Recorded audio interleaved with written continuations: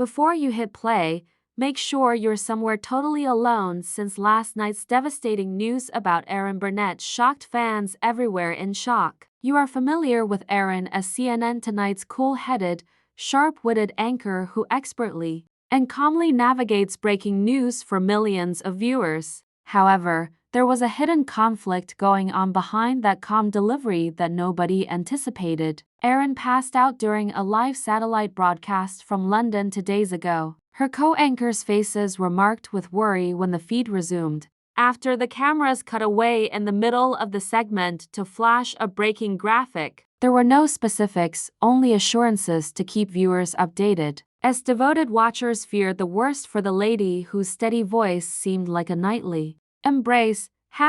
#Pray for Erin quickly took over social media networks. By morning, CNN verified the devastating reality.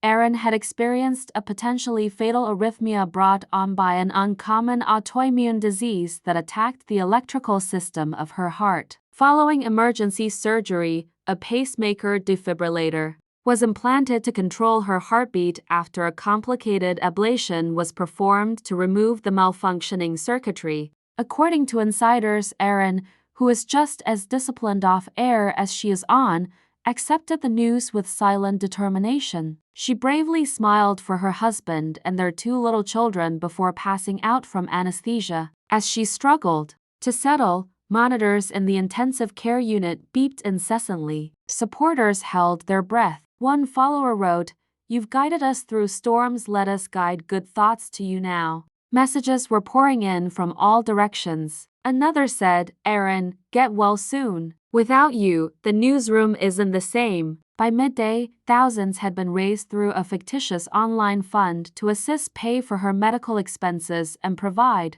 for her family during the protracted recuperation process. On air, her co-workers, including Wolf Blitzer and Anderson Cooper, paid heartfelt homage to her, describing her professionalism, her kindness behind the scenes, and her unrelenting dedication to delivering the world's stories with truth. Erin is still being watched closely today. During family visits, she is able to squeeze her daughter's hand and whisper gratitude to well-wishers. Her recovery will take a long time, according to the doctors, including weeks of cardiac rehabilitation to regain strength, close observation of her new gadget, and modifications to her reporting schedule to prevent undue stress. Although there isn't a set date for her to return to the anchor desk, co-workers have already offered to step in, guaranteeing that viewers will continue to receive their nightly news. What can we do now then? First, use #HopeForErin to send her your supportive and kind notes. They are collated and read to her every day. Second, think about making a donation to the Critical Arrhythmia Fund of the American Heart Association,